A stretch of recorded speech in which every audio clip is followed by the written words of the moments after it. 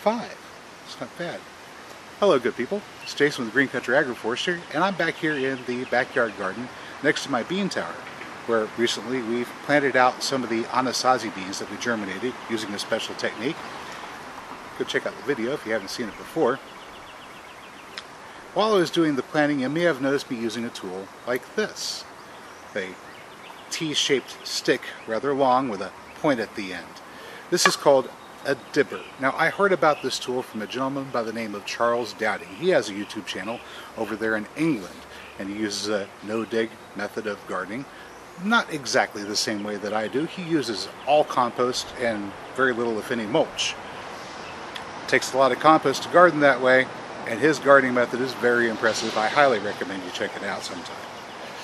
But back to the dibber. This tool. Now, you can go on Amazon or to gardening stores, other places, and find dibbers that are maybe about a foot long. See where my hand is? Right around there. About a foot long or so, maybe 14 inches. You'll often find them with little metal spikes at the end. Those are nice. I like the spikes.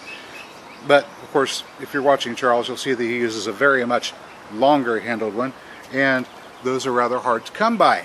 Unless, of course, you make your own, and that's what we're going to do today. I'm going to show you how to make one of these out of this. A 36-inch, 1 1/8 inch diameter dowel rod. This costs $2.99. A 14-inch dibber could cost you around $10 plus shipping and handling, or up to $20 or $30 depending upon how fancy you want to get with it. $3 as opposed to $14, $15 or more after you pay the shipping costs? That sounds like a good idea to me. Let's head on into the workshop and we'll get busy making one of these out of this.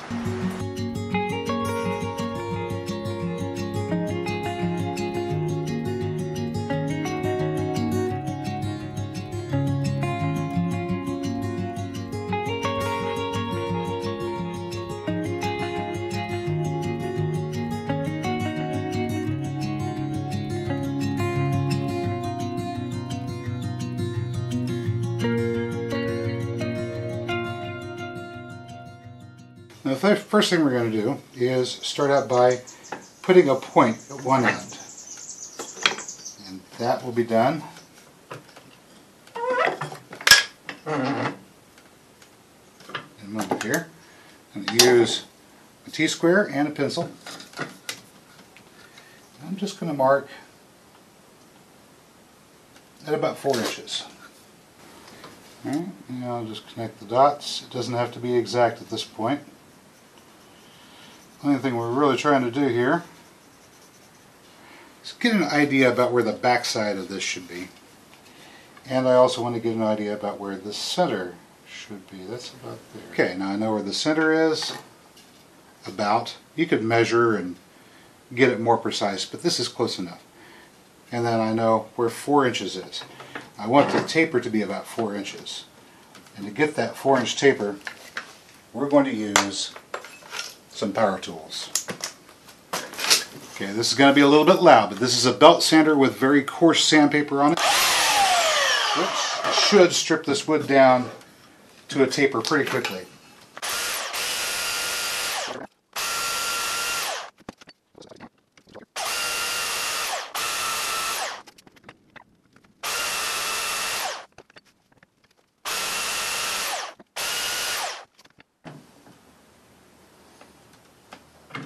So now we have 4 sides, 4 corners.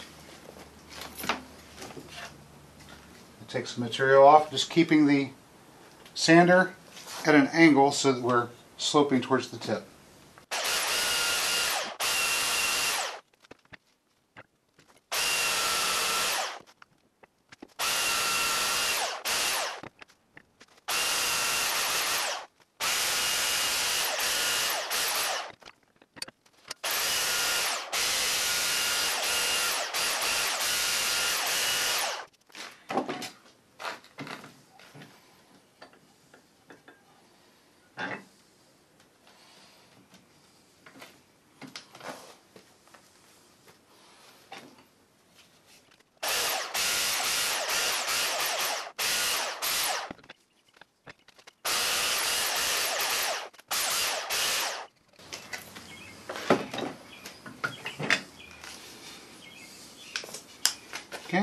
Now we have a very good taper towards the end.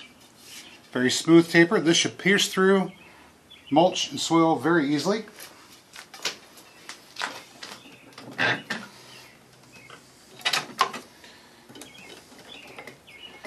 Let's get a piece for the handle and measure off 4 inches. Right there. Alright, now I need to cut this piece off.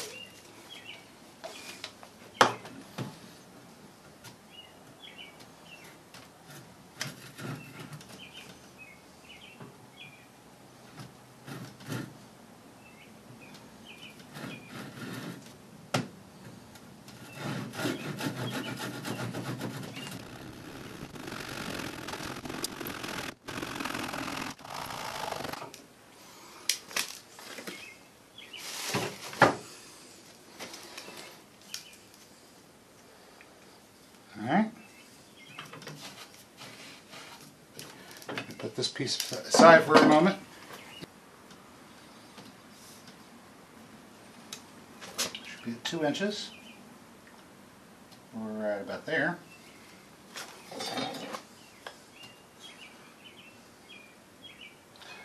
Okay. And we'll use the drill.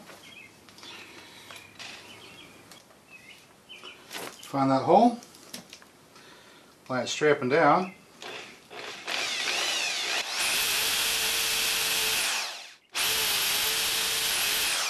There we go. I have a hole going all the way through, the piece of material coming out the back side. That's great.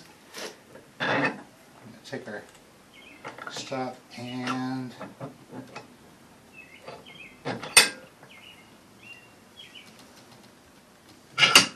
fasten the device. Swap out for this 1 1/8 inch spade bit. 1 1/8 inches is the diameter of the stock that we're working with. So this will make a hole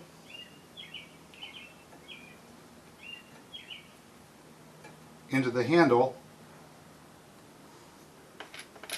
that the other piece will slide right on into. The 1 1/8 inch spade is also the appropriate size for making a hole for a birdhouse if you want to attract birds like chickadees or wrens.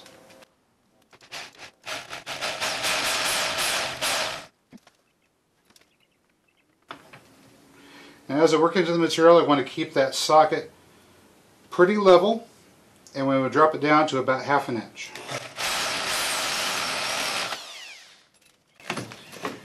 Or you can always take out more material, but you can't add any back. How does that look?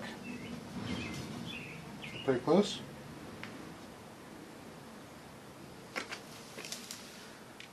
Well, that's pretty close. Folks, that's a pretty good fit. Alright. Okay, now we're going to swap out the spade for the star driver attachment.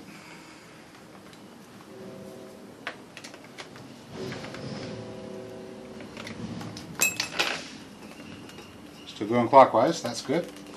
Let's put that down for a moment, and let's go ahead, take our wood glue.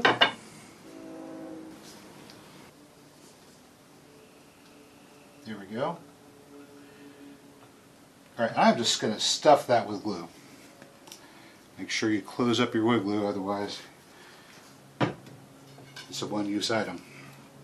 Alright, and we're going to fit this into the socket just like that.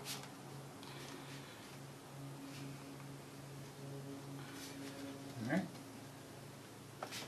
But to make it stay, we're going to add a screw. So we have some number 8 2-inch screws with the star head on them. Go ahead and take my dibber with the handle and flip it over. Now I've got a pilot hole already drilled here. So all I have to do is get that screw started in there.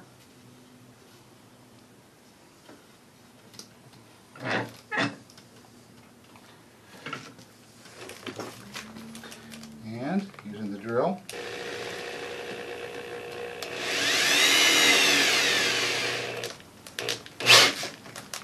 Ta-da! And now all we have to do is let that glue dry. And ladies and gentlemen, there is a brand new dibber. How do you like that?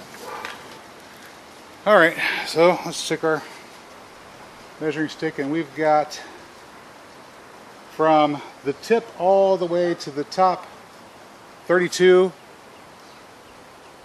From the tip all the way to the top 32.5 inches for our new homemade dibber.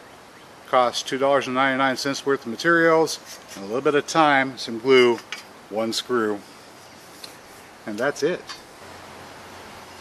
And that is it. As always, good people, if you found the video informative or entertaining, please hit the like button. Don't forget to subscribe, share this video, leave your comments down below, bang the notification bell, and good people, I will catch you next time.